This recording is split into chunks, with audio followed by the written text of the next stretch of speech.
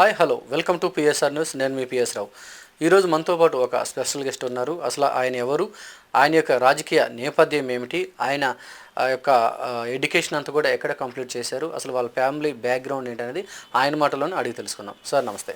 నమస్కారం సార్, అంటే మీరు మీ యొక్క ప్రాపర్ ఎక్కడ, సొంత ఊరు? ప్రాపర్ నా స్వగ్రామం 113 తాళ్ళూరు గ్రామం అండి, ఫిరంగపురం మండలం. మేము వృత్తిరీత్యా వ్యవసాయ కుటుంబం నుంచి వచ్చాము. ఓకే. మా నాన్నగారి పేరు డేగల సంజీవరావు గారు, నా పేరు డేగల లక్ష్మీనారాయణ. లక్ష్మణ్ అని పిలుస్తారు అందరూ, సుప్రసిద్ధుడు అనమాట. డేగల లక్ష్మణ్ అంటే అర్థమవుతుంది అందరు.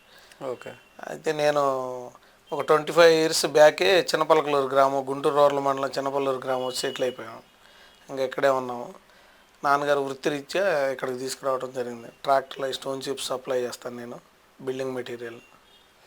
అంటే ఇప్పుడు మీరు ఆ ఊరు నుంచి గుంటూరుకు వచ్చి సెటిల్ అవడానికి ప్రధానమైన కారణం ఏమైనా ఉందా?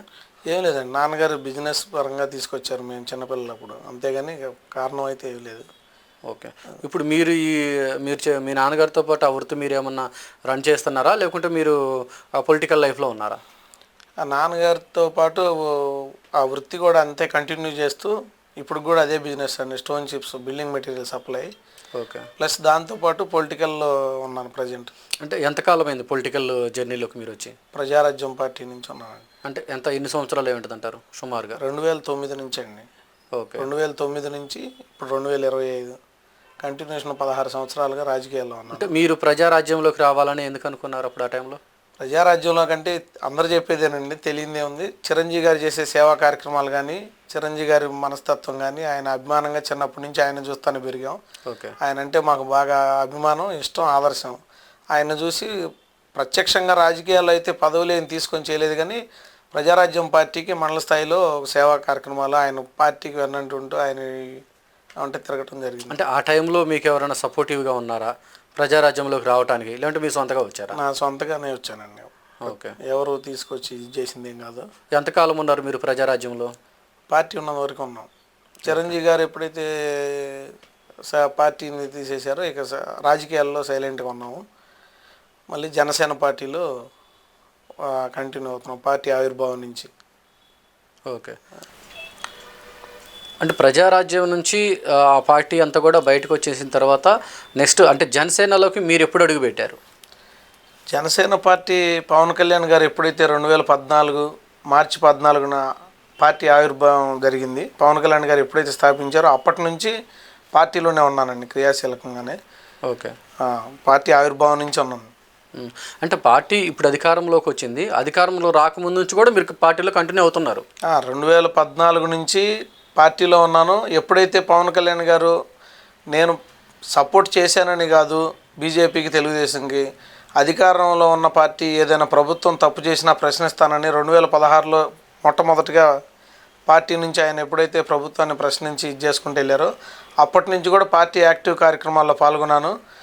స్టార్టింగ్ కంటెంట్ రైటర్గా, స్పోక్స్ పర్సన్గా సెలెక్ట్ అయ్యాను. పార్టీలో ఫస్ట్ తొలి అడుగు నాది అదే. అప్పుడు దాకా సేవలు చేసుకుంటూ వచ్చాం, కానీ పార్టీలో క్రియాశీలకంగా అప్పటి నుంచి అడుగులు వేసుకుంటూ వచ్చాను. 2018లో యూనివర్సిటీ ఎదురుగా భారీ బహిరంగ సభ పెట్టారు, పార్టీ ఆవిర్భావ సభ. ఆ సభకు కూడా సపోర్టింగ్ టీం లీడర్గా పనిచేశాను. దాన్ని గుర్తించి పవన్ కళ్యాణ్ గారు పిలిచి మరీ అభినందించారు. అదే ఫస్ట్ మొట్టమొదటిగా మా నాయకుడిని కలవటం చాలా సంతోషకరమైన దినం అనమాట అది. అంటే మీరు సేవలు చేశారని చెప్పేసి అంటున్నారు కదా, అంటే పార్టీలోకి రాకముందు సేవా కార్యక్రమాలు ఏమైనా చేశారా, పార్టీలోకి వచ్చినప్పుడు నుంచి చేశారా? మాకు మా నాన్నగారి వల్ల కానీ కుటుంబం వల్ల కానివ్వండి సేవ చేయాలనేది చిన్నప్పటి నుంచి ఒక అలవర్చుకున్నాను.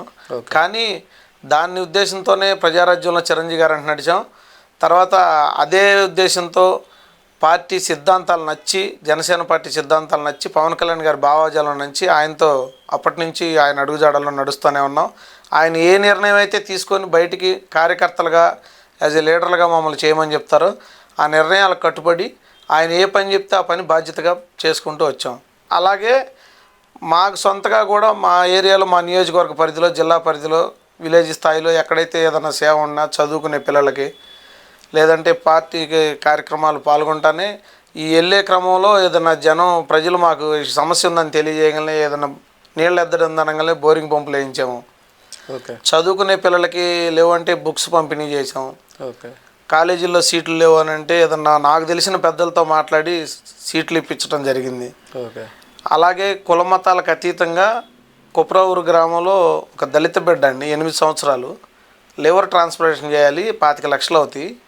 అప్పుడు గత ప్రభుత్వం కొంత ఏర్పరచగలం, మేము కొంత లేదని అంటే నేను తొలడిగేసి కొంత ఆర్థిక సాయం చేసి నా మిత్రులందరికీ తెలియజేసి వాళ్ళందరితో కూడా ఒక 10 లక్షల పైగా ఏర్పాటు చేయడం జరిగింది. ఓకే. ఆ పిల్లోడికి ఇప్పుడు లివర్ మార్చారు, బ్రహ్మాండంగా ఆరోగ్యంగా ఉన్నాడు, స్కూల్కి వెళ్తున్నాడు. నా బిడ్డ బతికిందే మీ వల్ల అండి అని వాళ్ళ కుటుంబం చాలా సంతోషంగా చెబుతుంటే మాకు ఆనందానికి ఇది లేదు.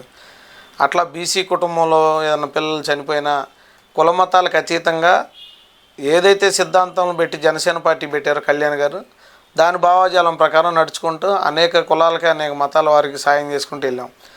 పెద్దపలకలూరు గ్రామంలో మా ఊరు ప్రక్కనే అండర్-19 కబడ్డీ టీం సెలెక్ట్ అయ్యాడు, ముస్లిమ్స్ మైనార్టీ కుర్రాడు. ఓకే. అన్న నాకు ఏదన్నా సాయం చేయండి మీరు అని నా దగ్గరికి వచ్చినప్పుడు నేను కొంత మాత్రమే ఆర్థిక సాయం చేశాను. దానికి తోడు దాతలను ఇప్పించగలిగాం. అతను అండర్-19 కబడ్డీ టీం సెలెక్ట్ అయ్యాడు. సెలెక్ట్ అవడమే కాకుండా ఒక రన్నరప్గా గెలిచి సిల్వర్ మెడల్ కూడా కొట్టుకొచ్చాడు. వాళ్ళని పిలిచి జనసేన పార్టీ ఆఫీస్కి వాళ్ళ తల్లిదండ్రులని సన్మానం చేయడం జరిగింది. ఇట్లా దళితులకి, ఎస్సీ ఎస్టీలకి అందరికీ కుల మతాలకు అతీతంగా పనిచేసుకుంటూ వెళ్తున్నాం. అంటే ఇప్పటి వరకు డబ్బు ఉన్న వాళ్ళు సేవా కార్యక్రమాలు చేయడం చాలా వరకు చూసాం మేము, కానీ మీ బ్యాక్గ్రౌండ్లో ఎక్కడ కూడా డబ్బు ఉన్నట్టుగా కనబట్లా. మరి ఏ డబ్బు లేదు, కానీ సేవ చేయాలన్నటువంటి సంకల్పం మీలో ఎందుకు వచ్చింది? నేను మొట్టమొదటే చెప్పానండి, మరి మా జీన్సో లేకపోతే మా తల్లిదండ్రులు మమ్మల్ని పెంచిన విధానం తెలియదు, కానీ సేవ చేయటం అనేది చిన్నప్పటి నుంచి ఇంట్రెస్ట్, స్కూల్ డేస్ నుంచి. ఓకే. అలాగే మేము పెరిగిన వాతావరణం క్రమంలో ప్రజారాజ్యం పార్టీలో ఉన్న నాయకుడు చిరంజీవి గారి గురించి తెలుసు మీకు. సేవ చేయటం ఆయన చిన్నప్పటి నుంచి కూడా అదే ఇది పెట్టుకున్నారు, ప్రేమే లక్ష్యం సేవే మార్గం. ఆ సేవ చేయటం అనేది ఆ పార్టీలో ఉంది, అది అట్లా అలవాటు అయిపోయింది. తర్వాత సైలెంట్గా ఉన్నాం, జనసేన పార్టీ పెట్టి ఆయన సిద్ధాంతాలు కూడా అదే పెట్టాడు. సేవ చేయటం, కుల మతాలకు అతీతంగా ప్రాంతీయతలని, భాషలని, సంస్కృతులను కాపాడదామని ఆ సిద్ధాంతాలకు అనుగుణంగా అది అట్లా అలవాటు అయిపోయింది. విచిత్రం ఏంటంటే నేను చెప్పుకోకూడదు, గొప్పగా ఉంటుంది. నా పిల్లలకు కూడా నేను చెప్పేది ఏంటంటే నిద్ర లేచిన కాంచి పడుకునే లోపు నా గోల్ అదే, మా పిల్లలకి చెప్పేది అదే. నేను ఇవాళకి ఏదైనా కానీ మాట సహాయమా, ధన సహాయమా, ఆర్థిక సహాయం లేకపోతే ఏదో ఒక సహాయం అనేది చేయండి. అంతిమంగా భగవంతుడు మనకేదో మేలు చేస్తాడనే ఉద్దేశం మాకు. ముఖ్యంగా పవన్ కళ్యాణ్ గారు చేసేది అదే. ఆయనకి ఏమీ లేకపోయినా, ఏమీ లేని స్టేజ్లో ఇవాళ ప్రభుత్వంలో అధికారంలో ఉండొచ్చేమో, అధికారంలో లేనప్పుడు సొంత ఇల్లు అమ్మి కట్టిన రోజులు కూడా ఉన్నాయి. ఓకే. ఉద్దానం కిడ్నీ సమస్యలు బాధితులకు నిలబడ్డ రోజులు ఉన్నాయి. కౌలు రైతులు చనిపోయినప్పుడు ఆయన అధికారంలో లేడు, కౌలు రైతులకి ₹1,00,000 ఆ టైంలో కూడా హెల్పింగ్ చేశారు. ఆయన ఆదర్శంగా తీసుకొని మేము ముందుకెళ్తున్నాం అంతే. అంటే ఇప్పుడు జన సైనికులు చాలామంది కూడా బ్లడ్ డొనేట్ చేస్తున్నారు ఎక్కడ పెట్టినా కూడా. సో మీరు కూడా అనేక సార్లు గర్భిణీ స్త్రీలకి మన గవర్నమెంట్ హాస్పిటల్స్లో కావచ్చు, ప్రైవేట్ హాస్పిటల్లో కావచ్చు, ఎవరికైనా బ్లడ్ అవసరం అని చెప్పేసి అంటే నిమిషాల్లో కూడా మీ టీంను పంపించి అనేక చోట్ల కూడా మీరు బ్లడ్ డొనేట్ చేసినటువంటి పరిస్థితి అయితే చాలా చోట్ల కూడా మేము చూసాము. ఇప్పటి వరకు ఎన్నిసార్లు మీరు డొనేట్ చేస్తుంటారు సుమారుగా? నేను ఒక 25+ చేశానండి. ఓకే. ప్లస్ నాకు బ్లడ్ డొనేట్ చేయడానికి ముఖ్య కారణం ఆదర్శం చిరంజీవి గారే. ఓకే. రక్తదానం చేయండి, ప్రాణదాతలు అవ్వండి అని ఆయన పెట్టిన కొటేషన్ అది చూసి ఆయన చేసే దాన్ని బట్టి నాకు తోచినంత వరకు నేను చేశాను. అయితే నేను చేసింది 25+ అయినా నాకు తెలిసి ఒక 100 times అబోనే నా మిత్రుల ద్వారా కానీ ఏదైనా కానీ ఇప్పించడం జరిగింది. ముఖ్యంగా ఇక్కడ గుంటూరు సిటీలో లక్ష్మీశెట్టి నాని అని నా మిత్రుడు, మా సోదరుడు, ఆయన కూడా కొన్ని వేల సార్లు సాయం చేసి ఉంటాడు బ్లడ్. ఆయన కూడా దీంట్లో ఆదర్శంగా తీసుకున్నాను. నేను ఇక్కడ ఒక పేరు సంపాదించానంటే చిరంజీవి గారి తర్వాత బ్లడ్ విషయంలో నాకు నా పరిసర ప్రాంతాల్లో ఉంది లక్ష్మీశెట్టి నాని గారు. ఓకే. ఆయన ఆదర్శంగా తీసుకొని కూడా నేను ముందుకెళ్ళడం జరిగింది. మీ సుదీర్ఘ రాజకీయ ప్రయాణంలో పవన్ కళ్యాణ్ మీద మీ అభిప్రాయం ఏంటి? పవన్ కళ్యాణ్ గారి మీద అభిప్రాయం అసలు తెలియని వాళ్ళు ఈ ప్రపంచంలో ఎవరు లేరండి. నాకు తెలిసి ఏమాత్రం సొసైటీ గురించి అవగాహన ఉన్న ప్రతి ఒక్కళ్ళకి అంతరాత్మ సాక్షిగా పవన్ కళ్యాణ్ గారు ఏం చేస్తారు, ఆయన అంటే ఏందనేది తెలుసు. ఓకే. స్టార్టింగ్ నుంచి చదువుకునే రోజుల నుంచి పవన్ కళ్యాణ్ గారి స్వతహాగా సేవ చేయాలనే మానవతా దృక్పథంతో ఉంటారు ఆయన. సినీ ఫీల్డ్లో కూడా గతంలో ఒక సినిమా షూటింగ్లో లైట్ మ్యాన్కి ఇబ్బంది జరిగితే కూడా ఆయన ఓన్ వెహికల్లో ఎక్కించుకొని వెళ్ళి మరీ వైద్యం చేయించి వైద్య ఖర్చులకి ఇచ్చి వచ్చిన స్వభావం గల వ్యక్తి ఆయన. ఆ స్వభావం నచ్చి నేను ఆయనతో ట్రావెల్ చేస్తున్నాను, ఆయనతో జర్నీ చేస్తున్నాం. నేనే కాదు నాలాగా లక్షలాది మంది. ఆయనకున్న బలం, ఆయన నిజాయితీ, నిబద్ధత, ఇచ్చిన మాట తప్పడు. ఒక మాట మీద కమిట్మెంట్ అయి ఉన్నాడంటే దాని వరకు చివరి వరకు చిన్న లేదు పెద్ద లేదు, ధనికులు కాంచి పేదవాళ్ళ దాకా అందరికి ఒకలాగే ఉంటారు. అందుకని ఆయన జర్నీ నచ్చి ఆయన ఆశయాలకి, ఆయన సిద్ధాంతాలకు అనుగుణంగా ఆయన వెంట నడుస్తున్నాను. ఓకే. ఇప్పుడు మీరు పవన్ కళ్యాణ్ గారితో పాటు జర్నీ చేయకముందు కూడా కొన్ని చోట్ల అంటే ఆయన అధికారంలోకి రాకముందు మీరు పాదయాత్ర కూడా చేశారన్నట్టుగా నాకున్నటువంటి సమాచారం. 41 రోజులు పాదయాత్ర చేశారు. అంబేద్కర్ భవనాలలో, పల్లెటూర్లలో కూడా మీరు స్టే చేశారు. అదేవిధంగా కొన్ని గ్రామాలలో సర్పంచ్ టైపు బల్లలు ఉంటాయి కదా, సో అవి కూడా మీరు వేయించారు. కొన్ని చోట్ల బోరింగ్ పంపులు కానిచ్చు, ఇలాంటి కూడా కొన్ని కార్యక్రమాలు చేశారు. అంటే జనసేనలో వచ్చాక చేశారా, ఇవన్నీ జనసేనలోకి రాకముందే చేశారా? జనసేన పార్టీలోకి వచ్చిన తర్వాతేనండి. కాకపోతే ప్రభుత్వం అధికారంలో లేదు. ఓకే. ప్రతిపక్షంలో ఉన్నప్పుడు 18-19లో 2018-19 సంవత్సరాల్లో విస్తృతంగా 17 నుంచి స్టార్ట్ చేశాను ఇది చేయటం. ఓకే. ఈ 3-4 సంవత్సరాల వరుసనే గ్రామాల్లో పంచాయతీ బల్లలు వేయటం, బోరింగ్ పంపులు వేయటం, అనేక దేవాలయాల అభివృద్ధికి సహకరించి డొనేషన్లు ఇవ్వటం, ఓకే, స్కూల్ పిల్లలకి సహాయం చేయటం. 41 రోజులు పాదయాత్ర చేశాను. 41 రోజుల పాదయాత్రలో ఏంటంటే జనంలోకి జనసేన అనే టైటిల్ పెట్టి నేను గర్వంగా చెప్పుకుంటానండి. ఆంధ్రప్రదేశ్ రాష్ట్రం మొత్తంలో కూడా మొట్టమొదటిగా జనంలోకి జనసేన అనే టైటిల్ పెట్టి 41 రోజులు పాదయాత్ర చేసింది నేను గర్వంగా చెప్పుకుంటున్నాను.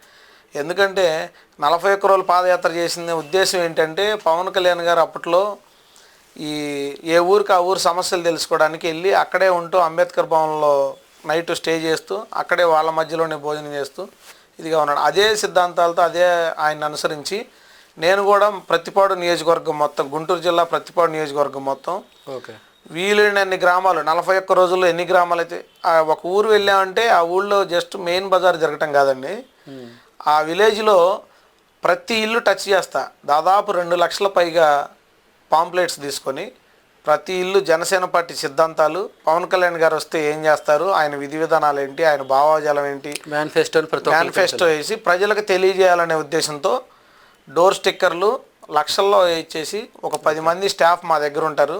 3 వెహికల్స్ ఉంటాయి. మా జన సైనికులే నా వెన్నంటి ఉంటూ నాకు సహకరించారు. ఆ విలేజ్కి వెళ్ళటం, ఆ ఊరు మొత్తం తిరగటం, ప్రచారం చేస్తాం, ప్రజల్లోనే ఉంటాం, వాళ్ళ సమస్యలు ఏందో రాసుకోవటం, నైట్ కూడా అక్కడే వారి మధ్యన ఉంటూ భోజనం చేస్తూ ఆ సమస్యలు తెలుసుకొని వారి మధ్యన స్టే చేసి నెక్స్ట్ డే ఇంకో విలేజ్, అట్లా 41 రోజులు ఇంటికి వెళ్ళలేదండి. ఎక్కడి నుంచి మొదలు పెట్టారు మీరు పాదయాత్ర? స్టార్టింగ్ మాకు గుంటూరు రూరల్ మండలం జొన్నలగట్ట గ్రామం నుంచి స్టార్ట్ చేశాను. ఎండింగ్ వచ్చేసి ఒట్టిచెరుకూరు మండలంతో 2 మండలాలు కంప్లీట్ అయ్యేటప్పటికే 41 రోజులు అయిపోయినాయండి. ఓకే. ఎవరెవరు మీతో పాటు అప్పుడు జర్నీలో ఉన్నారు? నాతో పాటు నా మిత్రులు జన సైనికులు ఉన్నారు. ఓకే. ఎర్రంశెట్టి సాంబశివరావు, తవిటి అశోకు, హుస్సేన్ అనే అబ్బాయి, రామకృష్ణ గారు, ఇట్లా కొల్లిమర్ల వాసవుడు, ఇట్లా అనేక మంది ఉన్నారు. ఏ విలేజ్కి ఆ విలేజ్ వెళ్ళేటప్పుడు మన గుంటూరు జిల్లా జనసేన నాయకులు కూడా మాకు సంఘీభావం తెలియజేయడానికి, మద్దతు తెలియజేయడానికి. ప్రతిపాడుని ఎందుకు ఎంచుకున్నారు? నేను నా గ్రామం ఉన్నది ప్రతిపాడు నియోజకవర్గంలో, గుంటూరు రూరల్ మండలం, నా చిన్నపల్లి గ్రామం. నా గ్రామంతో ఇటువైపు ఎండింగ్ నియోజకవర్గం. ఓకే. నా నియోజకవర్గంలో నేను పనిచేయాలి, ఇంట గెలిచి రచ్చ గెలవాలంటారు. అట్లానే ఫస్ట్ గర్వంగా చెప్తున్నాను ఏంటంటే ప్రతిపాడు నియోజకవర్గంలో 4 ఆత్మీయ సమావేశాలు పెట్టాను నియోజకవర్గ స్థాయిది. మొట్టమొదటి నియోజకవర్గ ఆత్మీయ సమావేశం నా గ్రామంలోనే పెట్టాను, 1500 మందితో, 2017లోనే పెట్టాను. దానికి ఇప్పుడున్న నాయకులు కూడా చిల్లపల్లి శ్రీనివాస్ గారు, మార్కండేయ బాబు గారు, అప్పుడున్న చింతల పార్థసారథి గారు, ముత్తంశెట్టి కృష్ణారావు గారు, ఇలాంటి రాష్ట్ర స్థాయి నాయకులు కూడా వచ్చి మా విలేజ్లో ఆ మీటింగ్లో పాల్గొన్న సందర్భాలు ఉన్నాయి 1500 మందితో అప్పట్లోనే. తర్వాత మిత్రులతో కలిసి ఒక 3 నియోజకవర్గ స్థాయి ఆత్మీయ సమావేశాలు ఏర్పాటు చేసాం. ఓకే. అట్లా కంటిన్యూ అవుతూ ఏ ఊరికి ఆ ఊరు, ఇవాళ నేను గర్వంగా చెప్పుకునేది ఏంటంటే 200 మందికి పైగా ఏ ఊరికి ఆ ఊరు పనిచేసే వాళ్ళని ఒక మండల స్థాయిలో, ఒక నియోజకవర్గ స్థాయిలో గుర్తించి వాళ్ళ పేర్లు తీసుకెళ్ళి పార్టీ అధినాయకత్వానికి పరిచయం చేసి వాళ్ళని ఒక నాయకులుగా తయారు చేయడంలో నా వంతు పాత్ర ఉందని గర్వంగా చెప్పుకుంటున్నాను నేను. 200 మందికి పైగా. ఇదే క్రమంలో వెంగళాయపాలెం గ్రామంలో 300 మంది ఎస్సీ కుటుంబానికి చెందిన దళితుల్ని పార్టీలోకి జాయిన్ చేసాం. అప్పుడున్న రావెల కిషోర్ బాబు గారి చేతుల మీదుగా నా ఆధ్వర్యంలో 300 మందిని ఎస్సీ కుటుంబాలను కూడా పార్టీలోకి జాయిన్ చేయడం జరిగింది. అలాగే కొన్ని గ్రామాల్లో సొంత నిధులతోనే రోడ్లు వేయించడం జరిగింది. అక్కడక్కడ బ్లడ్ క్యాంపులు అరేంజ్ చేశాను. బ్లడ్ లేని వాళ్ళకి అసలు క్యాంపే పెట్టి టైప్ అయ్యి బ్లడ్ బ్యాంక్ వాళ్ళతో టైప్ అయ్యి వాళ్ళ నుంచి వచ్చి బ్లడ్ డొనేట్ చేసిన సందర్భాలు కూడా ఉన్నాయి. రోడ్లు వేసిన సందర్భాలు ఉన్నాయి. అంగన్వాడీ స్కూల్లో ఎస్సీ కుటుంబాలకు చెందిన పేద పిల్లలకి యూనిఫామ్ బట్టలు పంచిన సందర్భాలు ఉన్నాయి. ఓకే, ఇవన్నీ మా సొంత నిధులతోనే చేసినవి తప్ప నేనేమి ఎక్కడెక్కడే కాదు. ఇప్పుడు కాపు కార్పొరేషన్కి సంబంధించి కూడా మీరు కొన్ని చోట్ల అంటే మీరు కాపు సామాజిక వర్గానికి సంబంధించిన వ్యక్తిగా మీరు ఉన్నారు కాబట్టి కొంతమంది స్టూడెంట్స్కి సంబంధించి కూడా కొన్ని వసతులు కూడా బయట కల్పించేసి వాళ్ళకి కొన్ని స్టడీ మెటీరియల్స్ కావచ్చు ఇలాంటివి కూడా వాళ్ళకి అందజేసినట్లు కూడా తెలిసింది. నిజమేనది? నిజమేనండి, అందజేశాను. నేను కాపుని కాపుల్లో పుట్టాను. ప్లస్ ఆ రంగా గారి వారసత్వం పుణికి పుచ్చుకున్నాను ఎంతో కొంత. ఆయన చనిపోయిన టైంలో కూడా చిన్నపిల్లోడిని, కానీ ఆయన ఇప్పటికి కూడా అంత ఎందుకు పాపులారిటీ ఉంది, ఇప్పటికీ విగ్రహాలు పెడుతున్నారంటే ఆయన చేసింది ఏంటంటే కులం తీసి పక్కన పెట్టి బడుగు బలహీన వర్గాలకి, పేద విద్యార్థులకి, పేదలకి అందరికీ ఉపయోగపడుతూ పేదల కోసమే, బడుగు బలహీన వర్గాల కోసమే ఆయన ప్రాణం విడిచాడు. మేము ఆయన్నే ఆదర్శంగా తీసుకొని నా వంతు నేను ఎంతో కొంత చేయాలనే ఉద్దేశంతో పేద పిల్లలు ఏదైనా విద్యార్థులు అడిగినా డొనేట్ చేయటం, లేదు మా మిత్రులు అందరు కలిసి హాస్టల్ ఏర్పాటు చేశారు, కాపు హాస్టల్ గోరంట్ల దగ్గర. దానికి కొంత ఆర్థిక సహాయం డొనేట్ చేయడం జరిగింది నా వంతుగా. అలాగే కాకుండా మా మిత్రులందరినీ కూడా ఒక 10 మందికి పైగా డొనేట్ ఇప్పించాను నా చేతుల మీద. ఓకే, అంటే ఇప్పుడు గత వైసీపీ ప్రభుత్వంలో కొన్ని అరాచకాలు అయితే జరిగాయి. వైసీపీ ప్రభుత్వం అధికారంలో ఉన్నప్పుడు టీడీపీ వాళ్ళ మీద కావచ్చు, జన సైనికుల మీద కావచ్చు, అందరి మీద కూడా తిరుగుబాటు అయ్యారు. ఆ టైంలో అనేక కేసులు బనాయించారు. ఎగ్జాంపుల్, ఒక మాజీ ముఖ్యమంత్రిగా ఉన్నటువంటి అప్పట్లో మాజీ ముఖ్యమంత్రిగా ఉన్నటువంటి చంద్రబాబు నాయుడు గారిని కూడా నంద్యాలలో అరెస్ట్ చేసి తీసుకొచ్చినటువంటి పరిస్థితులు కూడా చూసాం. కానీ ఇప్పుడు ప్రస్తుతం ఆయన చంద్రబాబు నాయుడు గారు ప్రస్తుతం సీఎంగా ఉన్నారు. అయినప్పటికీ కూడా వైసీపీకి చేస్తున్నటువంటి ఆగడాలు ఏవైతే ఉన్నాయో వాటన్నిటిని కూడా పట్టించుకోవట్లేదని చెప్పేసి ప్రజల్లో ఉన్నటువంటి ఆశాభావం. పట్టించుకోవటం కాదండి, గత ప్రభుత్వంలో నాయకుడు అపోజిషన్ వాళ్ళు ప్రతిపక్షంలో ఉన్న కానీ లేదా ఏదన్నా సంఘ సేవ చేసేవాళ్ళు కానీ ఆ పార్టీకి వ్యతిరేకంగా, ప్రభుత్వానికి కాదండి వైసీపీ పార్టీకి వ్యతిరేకంగా ఏదన్నా బయటికి వెళ్తున్నారు వాళ్ళకి పేరు వచ్చింది అని అనిపిస్తే ఆయన చేసిన దరిద్రపు పని ఏంటంటే అరెస్ట్ చేయటం, లేదా హౌస్ అరెస్టులు, అసలు బయటికి రాకుండా హౌస్ అరెస్టులు చేయటం, ఇళ్లలోనే ఉంచేసి పోలీసుల చేత అవసరమైతే దారుణంగా కొట్టించడం, మహిళలన్నీ కూడా చూడకుండా ఎంతోమందిని రోడ్డు మీద ఈడ్చుకెళ్ళిన సందర్భాలు ఉన్నాయి. విద్యార్థులు సైతం కూడా ఈడ్చుకెళ్ళిన సందర్భాలు ఉన్నాయి. అదంతా జగమెరిగిన సత్యమే. ఆయన చేశాడు. అప్పుడు ఆయన విచక్షణ రాహిత్యంగా ప్రభుత్వం తప్పు పని చేసేటప్పుడు ఏదైనా ప్రశ్నించడానికి వస్తే చాలు, ఎవరినైనా చేసే పని అదే. ఆయన లోపల పడేయటం, లేదా కొట్టడం, లేదా ఆ పార్టీ నాయకుల చేత రాళ్ళు వేపించడం, గందరగోళాలు సృష్టించడం, ఏదైనా కానీ విధ్వంసం కావాలని. ఇప్పుడు అదే విధ్వంసాన్ని మీరు ఎందుకు చేయలేదని అడుగుతున్నారు కూటమి ప్రభుత్వం. ఎలా చేస్తారండి? కూటమి ప్రభుత్వం చట్టం తన పని తానే చేసుకుపోయింది. అదే కూటమి ప్రభుత్వంలో ఉన్న మా ఉప ముఖ్యమంత్రి పవన్ కళ్యాణ్ గారు కానీ, చంద్రబాబు నాయుడు గారు కానీ, నారా లోకేష్ గారు కానీ చెప్పేది ఏంటంటే చట్టం తన పని తాను చేసుకుపోయిద్ది. మీరు ఎక్కడ అపోజిషన్ వాళ్ళు వచ్చి ఏదైనా మాట్లాడినా, వాళ్ళ మీటింగ్లు కానీ వాళ్ళ రోడ్ షోలు ఏదైనా నిర్వహించేటప్పుడు ప్రజలకు హానికరం లేకుండా వాళ్ళ కార్యక్రమాలు చేసుకుంటే వాళ్ళని ఆపొద్దు అని అన్నారు.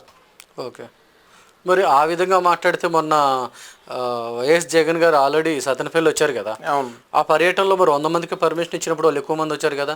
అక్కడ ఆల్రెడీ ఒకరు చనిపోయినట్టుగా కూడా ఉంది కదా. ఒకరు కదా, ఇద్దరు చనిపోయినట్టుగా కూడా ఉంది. ఒకరు కాదండి, ఇద్దరు చనిపోయారు. మరి దానిపైన మరి జగన్ ఎందుకని బాధ్యత వహించలేకపోయారు? జగన్ బాధ్యత వహించడానికి అతని వ్యక్తిత్వం అనేది, అది ఫస్ట్ నుంచి చెప్పేదే కదా. 100 మంది జనానికి ఇబ్బందికరంగా ఉంటుంది. అతను చనిపోయింది ఎలా చనిపోయాడు అనేది అందరికీ తెలుసు.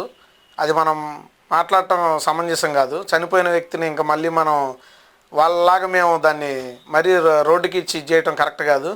అయితే అతను బయటకు వచ్చాడు. ప్రభుత్వం ఎస్పీ గారు కూడా పర్మిషన్ ఇచ్చారు, 100 మందితో వెళ్ళండి, ఇబ్బందికరంగా వాతావరణం ఉంటుంది, వద్దండి దయచేసి అని 100 మంది అన్నారు. అనుమతిని వ్యతిరేకిస్తూ 100 మందికి పైగా ఇంకొక 100-200 మంది యాడ్ అయ్యి రోడ్ల మీద విచక్షణారాహిత్యంగా ఒక డ్రైవరు నీ కాన్వాయ్ కూడా కాదు, కాన్వాయ్ తగిలిందని చెప్పారు. ఫస్ట్ వీడియోలు బయటకు వచ్చినాయి రీసెంట్గా, మీకు అందరికీ తెలుసు. కాన్వాయ్ కాకుండా ఆయన ఓన్ వెహికల్, ఆయన ఏ వెహికల్ మీద అయితే ఉండి అభివాదం చేస్తున్నాడో ప్రజలకి, ఆ వెహికలే ఒక తల మీదగా మనిషి బాడీ మీదకి ఈడ్చుకుంటూ వెళ్తే మేము చూడలేదని చెప్తున్నారండి. చిన్న నిమ్మకాయ అదేమన్నా టైర్ కింద పడతానికి. ఒక తల మనిషి కడుపుకి అన్నమేక తినేది, మనం తల వచ్చి బాడీ ఈడ్చుకుంటూ వెళ్ళిపోతే డ్రైవర్ చూశాడు, ఎదురు ప్రజల వీడియోలో స్పష్టంగా కనబడుతుంది మీకు. ఆగండి ఆగండి అని చేతులు ఊపల్లా బండి వెహికల్ ఆపటం. అతను విచక్షణ రాహిత్యంగా వెళ్ళిపోయాడు. సరే చూడలేదని అని అనుకుందాం, కాసేపు పక్కన పెడదాం. బాడీ టచ్ అయినప్పుడన్నా తెలిసిద్ది డ్రైవర్కి తప్పనిసరిగా తెలిసిద్ది. ఇంటిమేషన్ ఇస్తాడు మాజీ ముఖ్యమంత్రి, చట్టసభల్లో ఉన్న వ్యక్తి నువ్వు ఒకప్పుడు, ఇవాళ ఉన్నావు ప్రజెంట్, నువ్వు వెళ్ళట్లేదు అసెంబ్లీకి, కానీ నువ్వు ఉన్నావు, ప్రజలు నిన్ను ఎన్నుకున్నారు ఒక ఎమ్మెల్యేగా, నీకు తెలుసు ఏంటనేది. ఇవన్నీ పక్కన పెడితే నీ మనసు మానవత్వం నీకు ఉంటుంది కదా, కొద్దిగా. ఆ మనిషి పక్కన వెహికల్ ఎక్కినప్పుడు డ్రైవర్ ఇంటిమేషన్ ఇచ్చినప్పుడు తీసుకెళ్ళి నీ వ్యక్తులను నీవేదన్నా ఆగాలి. లెక్క అయితే తీసుకెళ్ళి పవన్ కళ్యాణ్ గారికి జగన్ రెడ్డికి ఉన్న వ్యత్యాసం అదే. ఎక్కడో సందర్భం జరిగితే సినిమాలో లైట్ మ్యాన్కి ఇబ్బంది అయితేనే తీసుకెళ్ళి హాస్పిటల్లో చూపించిన పవన్ కళ్యాణ్ గారు ఎక్కడ? నీ సొంత వెహికల్ కింద పడి ఒక మనిషి రోడ్డు మీద ఇడ్చుకెళ్తున్నా కానీ నువ్వు వదిలేసి వెళ్ళిపోయావంటే నీ వ్యక్తిత్వం ఎక్కడ? మీరా ప్రశ్న ఇచ్చేది పవన్ కళ్యాణ్ గారిని. ఇది ఒక్కటి చాలు మీ నిదర్శనం, ఇద్దరికి వ్యత్యాసం. ఉప ముఖ్యమంత్రి పవన్ కళ్యాణ్ ఎక్కడ, మాజీ ముఖ్యమంత్రి జగన్ రెడ్డి ఎక్కడ? మీరు మనిషి జరిగినప్పుడు మీ కింద బండి వెహికల్ కింద పడ్డప్పుడు తెలిసినప్పుడు పొరపాటు జరగడం సహజం, తప్పు జరిగింది జరగకుండా చూసుకోవాలని 100 మందికి ఇచ్చారు, కానీ మీరు దాన్ని వ్యతిరేకించి వచ్చారు. సో అయినా జరిగినప్పుడు మీరు ఆ బాడీని తీసి మనిషిని తీసి అప్పుడు చనిపోలేదండి. ఓకే, వీడియోలో స్పష్టంగా కనపడుతుంది. పక్కన చెట్ల పొదల్లో పడేసి వెళ్ళిపోయారు. మీకు అది వెళ్ళిపోయేది అంత విచక్షణ రాజ్యంగా మనిషి ఒక ప్రాణం చనిపోయిన వ్యక్తికి మీరు పరామర్శిస్తానికి వచ్చిన నాయకుడు నువ్వు ఎలా ఉండాలి? ఇక్కడ ఇంకో 2 ప్రాణాలు పోయినాయి. ఒకటి సత్తనపల్లిలో స్పృహ కోల్పోయి హార్ట్ అటాక్ వచ్చి చనిపోయాడు. సరే అదంటే విధి రాహిత్యం, ఎవరేం చేయలేరు, ఒత్తిడి జరిగింది. ఇది మీరు విచక్షణ రాహిత్యంగా జరిగినా సరే పొరపాటు అనుకుందాం, ఆ మనిషిని తీసుకెళ్ళి ఎందుకు హాస్పిటల్లో చేర్పించలేదు? మీకు ఆ మాత్రం ఇంగిత జ్ఞానం లేదా? ఒక మాజీ ముఖ్యమంత్రి నువ్వు సామాన్య ప్రజల చేత చెప్పించుకునేది ఏంది? ఇప్పుడు మీరు వచ్చి మళ్ళీ కూటమి ప్రభుత్వం సృష్టించారు. ఎస్పీ గారు ఫస్ట్లో అట్లా మాట్లాడారు, కూటమి ప్రభుత్వ నాయకులు చనిపోయాడని చెప్తున్నారు, చనిపోయిన వాళ్ళని తీసుకొచ్చి కాన్వాయ్ కింద పడ్డారని చెప్పారు. ఇప్పుడు వీడియో స్పష్టంగా కనపడింది. చనిపోయాడు అనడానికి అక్కడ ఎవిడెన్స్ లేదు కదా, టైర్ కింద ఆల్రెడీ నలిగిపోతా ఉన్నాడు కదా మనిషి, అదే స్పష్టంగా కనపడింది కదా. ఇంకెక్కడ మీరు ఇప్పుడు తప్పించుకోవడానికి లేదు. దీనికి ఏం చెప్తారు మీరు అడిగిన క్వశ్చన్ నేను చెప్తాను. ఎందుకు మీరు జగన్ రెడ్డి మీద అంటే గత ప్రభుత్వంలో వ్యతిరేకంగా చేశారండి, విచక్షణ రాజ్యంగా బయటికి రాకుండా చేశారు. మేము అలా కాదు, తప్పు ఇప్పుడు కనపడింది. ఇప్పుడు చట్టం తన పని తాను చేసుకుపోయింది. ఎస్పీ గారు ఫస్ట్లో కాదన్నారు, ఇప్పుడు ఆయన ఎస్పీ గారు కూడా స్పష్టంగా ఆదేశాలు ఇచ్చారు. వాళ్ళ డ్రైవర్ని కస్టడీలోకి తీసుకున్నారు. ఈయన జగన్ రెడ్డి గారికి కూడా నోటీసులు ఇచ్చారు. అప్పిరెడ్డి గారికి ఇన్ఛార్జి వెళ్ళి తాడేపల్లి ఇన్ఛార్జిగా ఉన్న అప్పిరెడ్డి గారికి నోటీసులు ఇచ్చి వచ్చారు హాజరవ్వాలని. తన పని తాను చేసుకుంటూ పోయింది చట్టం. మేమైతే మటుకి వాళ్ళలాగా దౌర్జన్యంగా ఇళ్ల మీద పడి అరెస్టులు చేయటం, లోపల పడేయటం ఇవన్నీ ఏం చేయరండి. ఇంత జరిగినా కూడా జగన్మోహన్ రెడ్డి రెపరప అని చెప్పేసి ఒక డైలాగ్ వదిలాడు. అంటే నరుక్కుంటా వెళ్తాం మేము అన్నట్టుగా.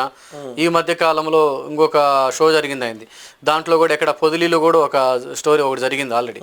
ఏది టొబాకో రైతులకు సంబంధించి ఆయన పరామర్శించాడు. అక్కడ కూడా కొన్ని ప్లకార్డులు పట్టుకొని ఏదైనా చేస్తామన్నట్టుగా కూడా కొన్ని జరిగినాయి. ఆ టైంలో కూడా కొన్ని ఇన్సిడెంట్స్ జరిగినాయి అక్కడ. అంటే ఎందుకు అంటే ఇంత ప్రతిపక్షంలో ఉండి కూడా ఆయన ఇంత ధైర్యంగా చేస్తున్నారంటే ఎవరు ఆయనకి సపోర్ట్గా ఉన్నారు? అసలు ఆయన ఇట్లా చేస్తున్నా కూడా ఎందుకు కూటమి గవర్నమెంట్ చూస్తూ ఊరుకుంటుంది? ఆయనకి సపోర్ట్గా అయితే ఎవరు లేరండి, ఆయన వ్యక్తిత్వమే అది. మీరు గతంలో కూడా చూస్తే 5 ఏళ్లలో వాళ్ళ దగ్గర పనిచేసే వాళ్ళని సూట్ కేసుల్లో పెట్టి పార్సిల్ చేసిన సందర్భాలు ఉన్నాయి. వాళ్ళ బాబాయ్ గారిది ఏమైందో అంతకుముందు అపోజిషన్లో ఉన్న తెలుగుదేశం గవర్నమెంటే చంపింది అది ఇదని చెప్పుకొచ్చారు. తర్వాత సాక్ష్యాధారాలతో బయటపడింది. మీ బాబాయ్ గారు ఎలా చనిపోయారో కూడా తెలుసు. ఓకే, మీ వ్యక్తిత్వం అది. ఇప్పుడు వచ్చి జగన్ రెడ్డికి ఎవరు చెప్పవసలా, ఆయన అపోజిషన్లో ఉన్న అదే వ్యక్తిత్వం, అధికారంలో ఉన్న అదే వ్యక్తిత్వం. ఆయనకు కావాల్సిందే నరకటం, చంపటం, చేయటం. రపరప ఒక మాజీ ముఖ్యమంత్రి అయ్యుండి ప్లకార్డులు పట్టుకొని ఆ వంతున ప్రచారం చేసుకుంటా నీ కార్యకర్తలు వచ్చినప్పుడు ఇది కరెక్ట్ కాదు, దించండి అనాలి. మీకు గుర్తుందో లేదా, గతంలో డిప్యూటీ సీఎం ఇప్పుడున్న పవన్ కళ్యాణ్ గారు గత ప్రభుత్వం ఉన్నప్పుడు కూడా వ్యతిరేకంగా కొన్ని నిర్ణయాలు ప్లకార్డులు జనసైనికులు చూపించినప్పుడు సభ జరిగేది కూడా ఆపిచ్చి మరి ఆ ప్లకార్డులు దించండి, వాళ్ళని మనం కించపరచకూడదు అని చెప్పిన సందర్భాలు ఉన్నాయి. చాలా సభలో చెప్పారు ఆయన. అవును, ఒక నమాజ్ చేస్తుంటే మాట్లాడే మాటలు ఆపేసేవాళ్ళు. అవును, నమాజ్ ముస్లింలు మసీదుల్లో ఇది వచ్చేటప్పుడు. అంటే ఆయనకి ఈయనకున్న కంపేర్ చెప్తున్నా. ఇట్లాంటి జగన్ రెడ్డి గారికి అపోజిషన్ ఏముంది, అధికారం ఏముందండి? ఏదున్నా ఆయన చేసేది అదే. కాకపోతే ఒకటి, మీరు అడిగిన ప్రశ్నకి మరలా చెప్తున్నాను, చట్టం తన పని తానే చేసుకుపోయిద్ది. కూటమి ప్రభుత్వం ఏం వదిలిపెట్టదు. ఇట్లా విచక్షణ రాజ్యంగా బయటకు వచ్చిన ప్రతి ఒక్కరి మీద యాక్షన్ తీసుకుంటారు ఖచ్చితంగా. మీరు అన్నట్టు ఎవరైతే ప్రభుత్వ కార్యకలాపాలకు వ్యతిరేకంగా పనిచేస్తున్నారో, విధులకు ఆటంకం కలిగిస్తున్నారో వాళ్ళ మీద యాక్షన్ అయితే తీసుకుంటారు. అంటే ఈ గత వైసీపీ ప్రభుత్వంలో సంక్షేమ పథకాలన్నీ కూడా బడుగు బలహీన వర్గాలకి టయానికి అందాయని చెప్పేసి అన్నట్టు ఉంది. ఇప్పుడు కూటమి గవర్నమెంట్ వచ్చినాక సంక్షేమ పథకాలు ఊసే లేదు, సూపర్ 6 ఎడిపోయిందో కూడా తెలియదని చెప్పేసి అని అంటున్నారు. ప్రజల్లో ఉన్నటువంటి సమాచారం అది. సూపర్ 6లో అమలు చేసిన దాంట్లో ఒక అమ్మఒడి ఒక్కటే ఈ మధ్యకాలంలో పడింది, మిగతా ఏ సంక్షేమ పథకాలు కూడా పడలేదు. సూపర్ 6 ఏమైపోయింది, మహిళలకి ప్రీ బోస్ ఏమైపోయింది, ఇవన్నీ కూడా మాట్లాడితే కూటమి గవర్నమెంట్ సైలెంట్గా ఎందుకు ఉంటుంది? అంటే జగన్మోహన్ రెడ్డి ప్రజల్లోకి వచ్చేసి మాట్లాడితే తప్పితే కనుక కూటమి గవర్నమెంట్ ముందుకు రావట్లేదని చెప్పేసి అని విమర్శలు అయితే ప్రజల్లో బాగా ఉన్నాయి. దీనిపైన మీ సమాధానం? ప్రజల్లో విమర్శించడం ఏ పార్టీ అయినా సహజం అండి. ఒకటి, మనకి గత ప్రభుత్వం చేసింది ఏంటంటే ఓన్లీ సంక్షేమ పథకాలు, ప్రజలకు ఉచితాలు అలవాటు చేసిపోయారు, సోమరిపోతులుగా తయారు చేశారు, ఉపాధి చూపించటం లేదు, నిరుద్యోగ వృత్తికి ఏం ఇది చేయలేదు. ఏ కాడికి వాళ్ళు ఏంటంటే ఎవరైనా అరిచారా వాళ్ళకు ఒక ఉచిత పథకం ఒకటి వేసేయండి, ప్రభుత్వ ఆస్తులు సైతం తాకట్టు పెట్టి అమ్ముకొని మరీ ఉచితాలు వేశారు. నీకు రాష్ట్ర పురోగతి అభివృద్ధి ఎప్పుడు సాగిద్దండి? ఉచితాలు అలవాటు చేసి ఓన్లీ సంక్షేమ పథకాల ద్వారా వెళ్తేనే జగన్ రెడ్డి గారు పరిపాలన సాగిస్తారనే ఒక ఇదితో ఉచితాలు వేస్తే, ఎంగిలి మెతుకులు ప్రజల మీద విసిరేస్తే వాళ్ళే పడి ఉంటారు, మనం ఇటువైపు దోచుకోవచ్చు. మీరు గమనిస్తే 5 ఏళ్లలో చేసింది భవన నిర్మాణ కార్మికులకి మొట్టమొదటిగా ఆయన చేసింది ఇసుక ఆపేసేసి అన్యాయం చేశారు. వాళ్ళు పొట్ట కొట్టాడు, కడుపు మీద కొట్టాడు.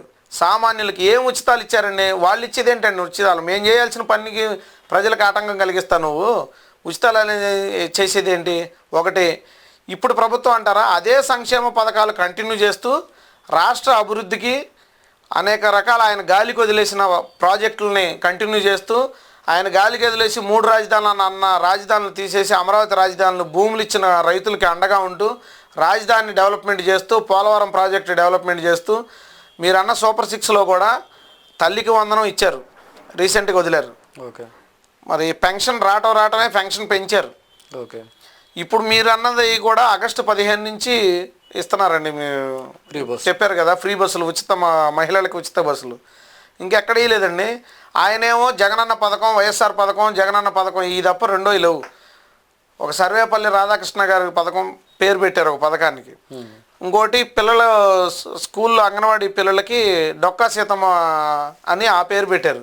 స్వాతంత్ర సమరయోధుల పేర్లు, సేవ చేసిన వాళ్ళ పేర్లు మాత్రమే పెడుతున్నారు. కానీ అన్నా క్యాంటీన్లు అది ఎప్పటి నుంచో ఉన్నదాన్ని కంటిన్యూ చేశారు మాజీ ముఖ్యమంత్రి వారు. అట్లా సాగుతుంది తప్ప సంక్షేమ పథకాల మీదే ఆధారపడైతే ప్రభుత్వం రన్ అవ్వట్లేదు. ఈ క్రమంలో ఆయన చేసిన పెద్ద బొక్కను బూడ్చాలంటే కొద్దిగా కష్టం, అది అందరికీ తెలుసు. దాన్ని బూడ్చుకుంటూ ఒక్కొక్కటి ఇచ్చుకుంటూ వస్తున్నారు. ఇవాళ స్వతంత్రం వచ్చిన దగ్గర నుంచి కూడా రోడ్లు లేని ఏరియాల్లో పవన్ కళ్యాణ్ గారు వెళ్ళి, ఉప ముఖ్యమంత్రి వారు కొణిదెల పవన్ కళ్యాణ్ గారు వెళ్ళి స్వతంత్రంగా ఆయన ఫీల్డ్లో దిగి మరీ రోడ్లు ఇచ్చిన సందర్భాలు ఉన్నాయి. గిరిజన తండాల్లో కొన్ని వేల కిలోమీటర్లు ఇచ్చారు. రోడ్లు ఇచ్చటం, వాళ్ళకి వసతి ఏం కావాలో చేయటం, పశువులకి నీటి తొట్లు కట్టించడం గ్రామాల్లో, విలేజ్ల్లో, తండాల్లో. ఇవ్వండి అభివృద్ధి అంటే. నీకేదో ఉచిత పథకాలు వేసి ఒక పెన్షన్ వేసావు, ఇంక నీ బతుకు నువ్వు బతుకంటే 2,000 పెన్షన్ ఇచ్చింది ఆయన. సంవత్సరానికి 200 పెంచుకుంటే వెళ్ళాడు. ఆ 2,000 పెన్షన్తో కుటుంబం గడిచిద్దండి. భవన నిర్మాణ కార్మికులు ఉన్న ఇంట్లో 2,000 పెన్షన్ ఇచ్చి వాళ్ళ ఉపాధి చూపించుకుంటే వాళ్ళు పొట్టగొట్టి ఇసుక మొత్తం ఆపేసావు, అన్నీ పెంచి కూర్చున్నావు, వాళ్ళు ఎట్లా జీవనం సాగేది? ఆ 2,000తో అవుద్దా? తెలియని ప్రజలు ఏంటంటే కొంతమంది అవగాహన లేని వారు ఓన్లీ ఉచితాలు ఇవ్వట్లేదు, జగన్ అలవాటు చేశాడు. అట్లా వాలంటరీ వ్యవస్థను చేశారు. వాలంటరీ వ్యవస్థకు వ్యతిరేకం కాదని కూటమి ప్రభుత్వం చెప్పారు. కానీ అదే సహాయాన్ని సచివాలయ స్టాఫ్తో జరిపిస్తున్నారు. అంటే చాలామందిని తొలగించారుగా, ఆల్రెడీ తొలగించారండి. వాళ్ళకి ఏదోటి మేము చూపిస్తాం దారి అని చెప్పారు. దాన్ని వాళ్ళనేం వదలరు. కాకపోతే ఏంటంటే ఈ క్రమంలో మీకు ఎంత వ్యయం తగ్గుతుందో చూడండి, ప్రభుత్వానికి ఎంత ఖర్చు. ఇప్పుడు దాంతోపాటు జగన్మోహన్ రెడ్డి ఉన్నప్పుడు రేషన్ కూడా ప్రతి ఇంటికి వెళ్ళిపోయేది కదా, ఇప్పుడు అట్లా వెళ్ళట్లేదు కదా, మీరు అంతా షాపుల్లోకి పెట్టారు కదా. మరలా ఏమండి, స్వాతంత్రం వచ్చిన దగ్గర నుంచి రేషన్ దగ్గరికి వెళ్ళి తెచ్చుకున్నాం బియ్యం. ఒకటి ఆలోచన, నేను చెప్పేది అదే, ప్రజలను సోమరపోతులుగా చేశారు. వెహికల్స్ తీసుకొచ్చి ఇంటింటికి ఇస్తున్నామని చెప్పారు. ఒక్కసారి విలేజ్లోకి రండి. మీరేమో సోమరపోతులు చేశారని మీరు అంటున్నారు. జగన్మోహన్ రెడ్డి ఏమంటున్నారు, ప్రజల వద్దకే పాలన అని చెప్పేసి అంటున్నాడు కదా.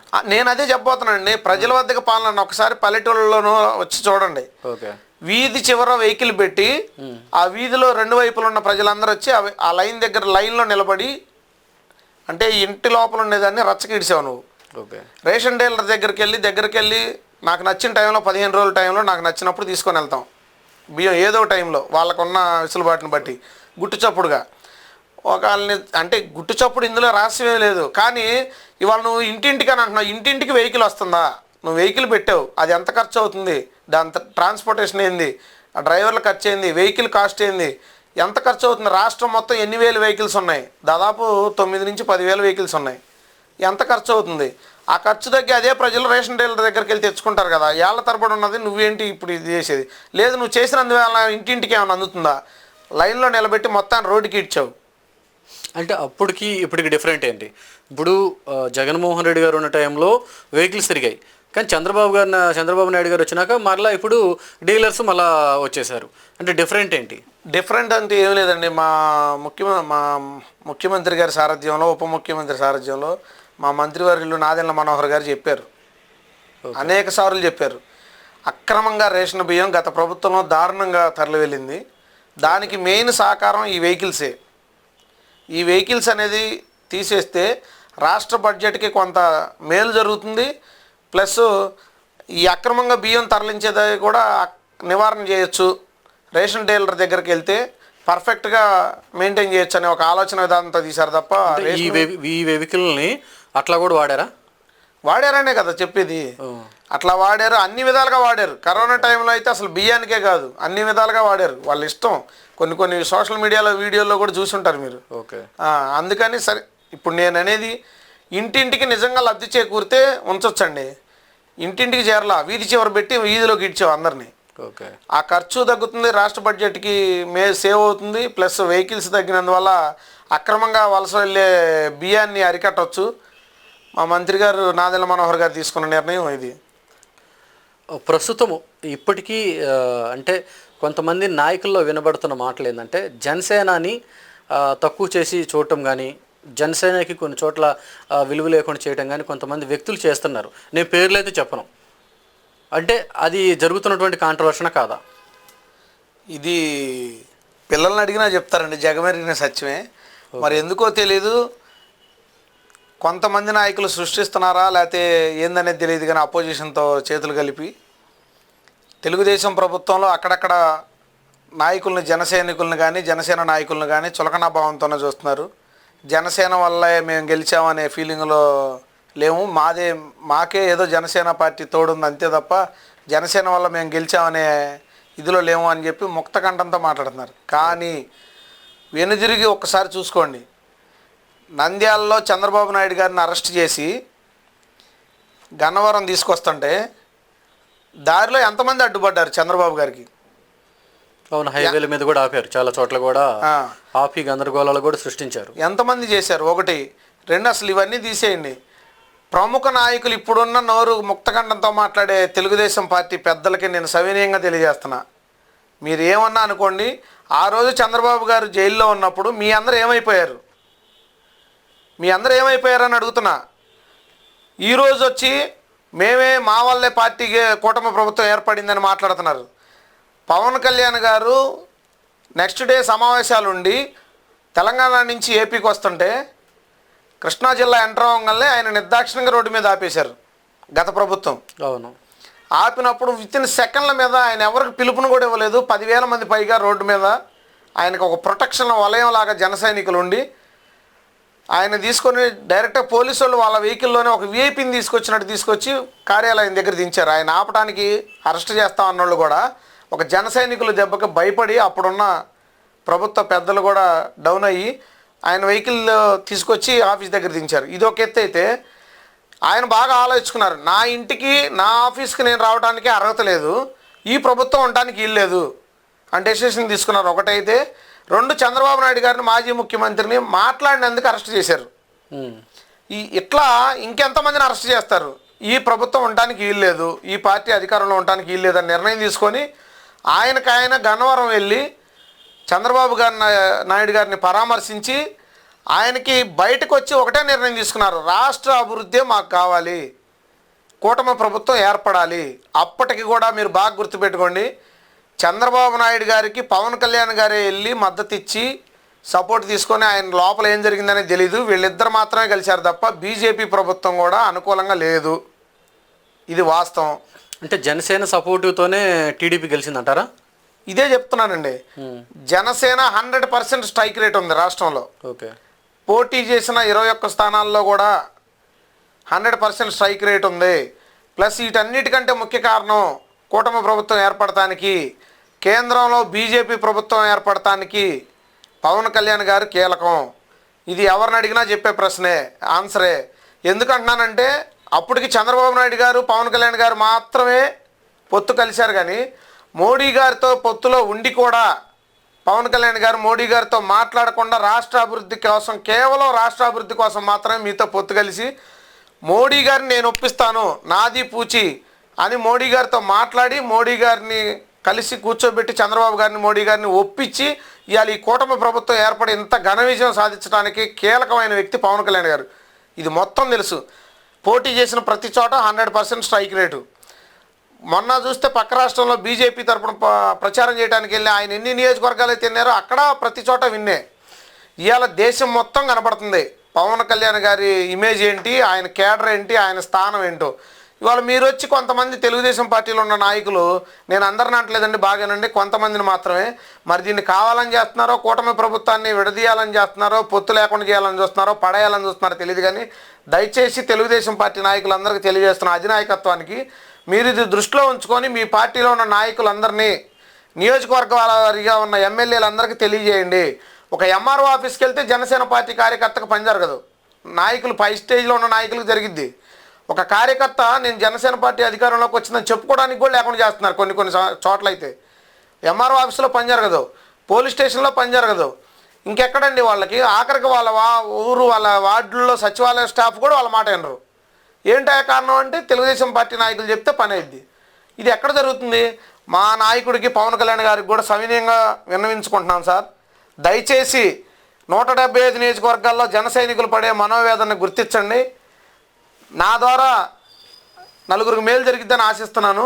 దీన్ని మట్టి గుర్తించి కూటమి పెద్దలు కూర్చొని మాట్లాడి, ఈ సమస్య మీ దాకా వచ్చే ఉంటుంది, కూటమి ప్రభుత్వాల పెద్దలందరూ కూర్చొని మాట్లాడి ఈ నిర్ణయం మీద కొంచెం బలంగా నిర్ణయం తీసుకొని, పవన్ కళ్యాణ్ గారు నిన్నగాక మొన్న కూడా అన్నారు, ఇంకా 15 సంవత్సరాల పైన కూటమి ప్రభుత్వం ఉండాలి, రాష్ట్ర బాగు కోసం మాత్రమే మేము ఉన్నామని. ఆయన నిర్ణయం కట్టుబడి మేము పక్కా పనిచేస్తున్నాం తలంచుకొని, అంతే.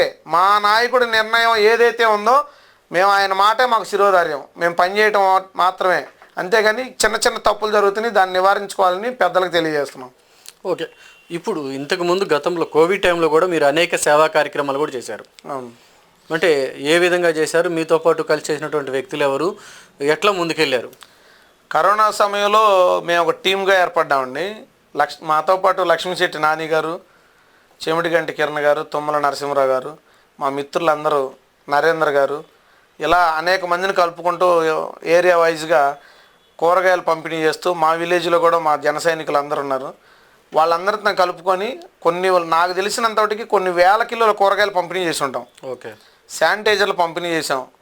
ముఖ్యంగా పారిశుద్ధ కార్మికులకి హ్యాట్స్ ఆఫ్ అండి. అసలు కరోనా టైంలో మనం ఇళ్లలోంచి భయపడి రావట్లా రోగం వస్తుందని, వాళ్ళు వచ్చి చెత్త చెదారం ఎత్తేసి మనకు అండగా ఉంటూ ప్రాణాలు సైతం లెక్క చేయకుండా ముందుకు వచ్చిన పారిశుద్ధ కార్మికులకి బట్టలు పంపిణీ చేసాం. ముందుకు వచ్చినందుకు వాళ్ళని సన్మానం చేసాం. అలానే పోలీసు వారికి కూడా టిఫిన్లు భోజనాలు అక్కడక్కడ ఏర్పాటు చేసి శానిటైజర్లు అందించి, వాళ్ళు కూడా విధులు లెక్క చేయకుండా విధుల కోసం బయటకు వచ్చి మన ప్రాణాలకు అండగా నిలబడ్డందుకు వాళ్ళందరికీ సన్మానం చేయడం కూడా జరిగింది. ఓకే. ఇప్పుడు ఇన్ని సేవా కార్యక్రమాలు చేశారు, పార్టీ కోసం ఇంత కష్టపడ్డారు మీరు, కానీ పార్టీ ఎప్పుడైనా మిమ్మల్ని గుర్తించిందా? గుర్తించడం అంటే ఏం లేదండి. 3 years బ్యాకే జిల్లా కార్యదర్శిగా పదవి ఇచ్చారు పార్టీలో. ఓకే. గత ప్రభుత్వం ఉన్నప్పుడు జనసేన పార్టీలో గుంటూరు జిల్లా కార్యదర్శిగా పనిచేస్తున్నాం 3 years నుంచి.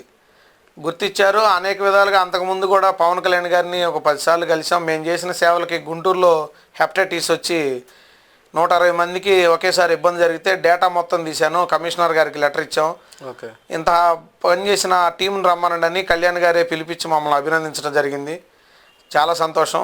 ఆ విధంగా గుర్తించుకుంటూ వచ్చి 3 years బ్యాక్ జిల్లా కార్యదర్శిగా కూడా పోస్ట్ ఇచ్చారు పార్టీలో.